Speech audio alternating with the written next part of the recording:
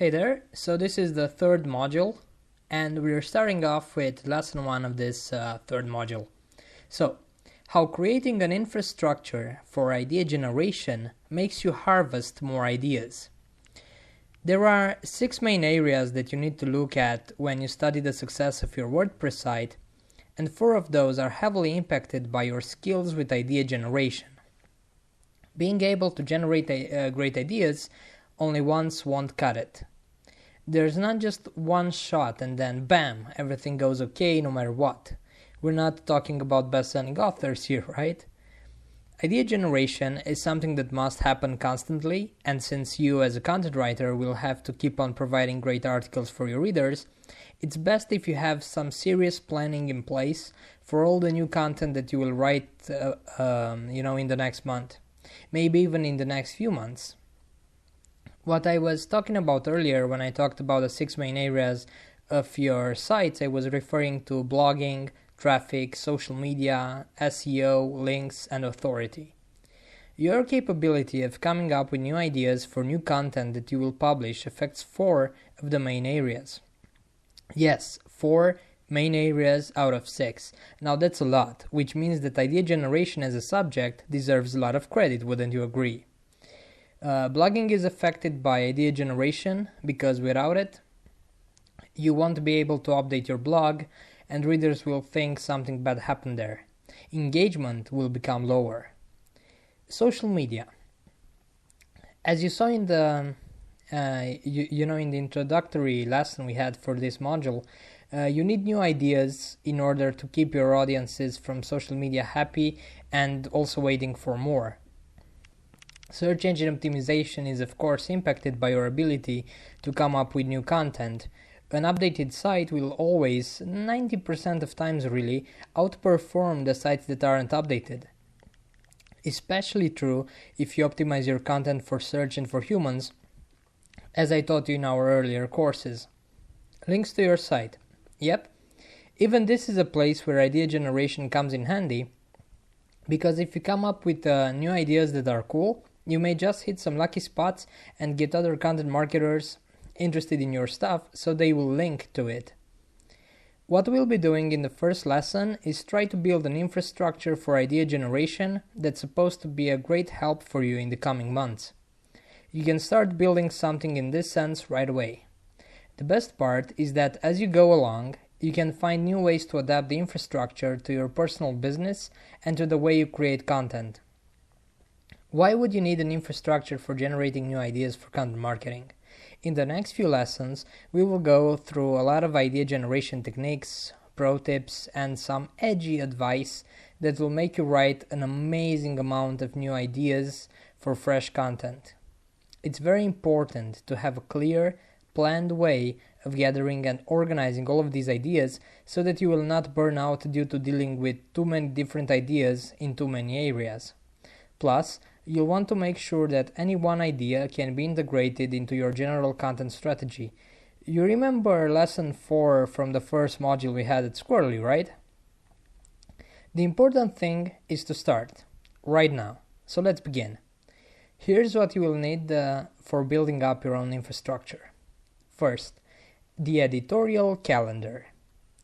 Maybe the editorial calendar is already your friend. If it already is, then look at how we employ one of these great tools and see if the next ideas help you out. So what's an editorial calendar? The editorial calendar is a great tool that helps you track all of the content that you, and maybe also your other content writers if you have more, post or plan to post on your blogs, WordPress sites, Tumblrs, YouTube channel, etc. Of course, its base function is to help you prepare content for your main WordPress site, which is what we'll focus on in this lesson. What does an editorial calendar look like? Here is an example that you can use. You can see it right there on the slide. There is a link to it, and you can see a very good example. According to your needs, you may want to change some of the columns in the near future. Following are some screenshots of how an editorial calendar looks like at Squirrly.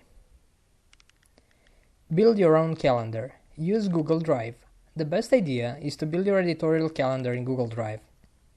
Take the example that I linked to before in the slide, and copy all the information to a new spreadsheet built with Google Drive. Great. Now bookmark it and keep it close for idea collection. Now that you've created the editorial calendar and you're always able to easily access it from the web browser, make sure that you bookmark it. If you're using Chrome, you can place the bookmark in the top bar of the browser so that you can always click it. Here's an example of how my Chrome looks like. You can see that I've made a folder called Content Marketing that I use for content marketing activities. It's very important to have the editorial calendar always close by because it will help you capture some very important ideas in it. You just get an idea, click to the spreadsheet and instantly write it down. It's automatically saved. Bam! No more idea losses, ever. Collecting the ideas that you will keep generating after having gone through this whole module will be very important. Now this was all about the editorial calendar. So let's move on with the lesson. Okay, so number 2, the mix of media types. How can you harvest more ideas and also create more kinds of engaging content for your audience? Well, let's ask this question differently. How can we make one idea turn into 2 ideas? How does that sound? Make 1 a 2. The answer is simple. Multiply your idea by new content type. Make it a habit every time you come across a new idea to try and turn it into at least 2 separate things, which you can of course connect. Divide et impera made different. Your audience is most likely not only on your site. You may also have a YouTube account, a Pinterest account, a SlideShare account.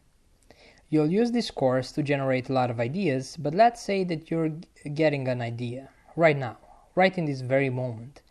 You go and write it down in your editorial calendar. Great. But what should you do now? Should you just begin writing about that, or should you do a bit more with that same idea? Divide it and conquer your audience on 2 different channels. You can make a YouTube video first. Awesome. We'll present examples on how to do this, but until then you can see how we did it on our own YouTube channel. Now you'll go ahead and also make a blog post with that same idea, in which you will also throw the video. See, a mix of media types on your WordPress site, both blog and video. Some people will prefer to see a quick video or some slides from SlideShare before going ahead and reading a whole article, especially if you write more than 1,000 words in it. Now, practice makes perfect. So go ahead and begin thinking about all of your ideas like this. From now on, each new idea that you'll have should be passed through the filter of, can I also make some slides to support this article? Can I make a video? Can I create an infographic for it? An ebook or a downloadable file? Could that work for this piece of content? The next lesson will provide the next points for all that I'm teaching you here, so stay tuned. The next lesson is almost here and you guys should go ahead and start learning, but until then make sure that you've understood all that I mentioned today. Okay, so until then you can also work on your editorial calendar and have it prepared. In the second part of this module we'll cover building an inspiration driving mechanism to help idea generation become daily routine, making your content repeatable, predictable. This will provide a lot of value for you as an overworked content writer because it will lower the time you require to come up with new stuff and make your editorial calendar become even more useful.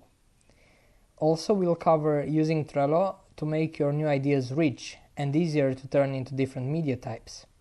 And also there's going to be something about MOOC style content, like Coursera.org kind of content for creating a lot more with the same idea. Until then, best regards and I'll see you next time in the next lesson.